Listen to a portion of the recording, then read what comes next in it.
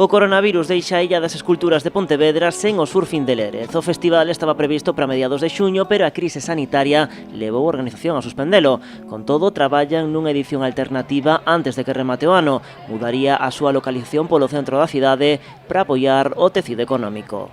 Eu máis o meu equipo decidimos aprazar o surfing, evidentemente polo problema do Covid-19.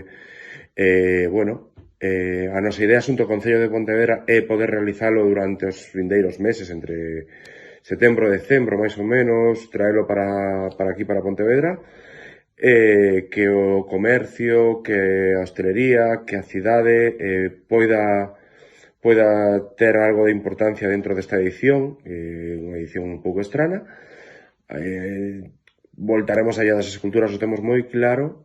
O coronavirus, iso sí, non puido coa vertente solidaria do surfing. A recollida de alimentos mantense en marcha, máis necesaria se cadra ca nunca. A iniciativa terá lugar mañá mesmo ás portas da Sala Carma entre as 11 da mañá e as 8 do serán. Algo que levamos facendo dende a terceira edición, dende que nos fomos para a Illa das Esculturas.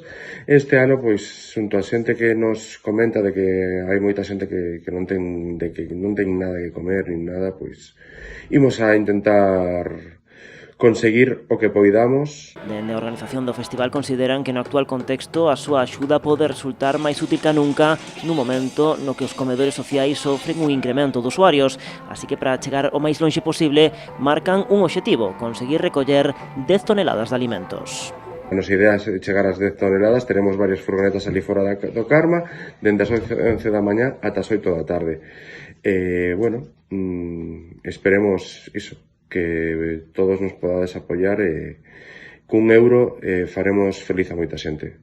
Todo o recadado entregarase despois ao Banco de Alimentos. Ademais, todo aquel que colabore con esta recollida solidaria recibirá un vale por unha cervexa ou un refresco na Sala Carma, El Pequeño, Groove House ou a Taberna do Salnés.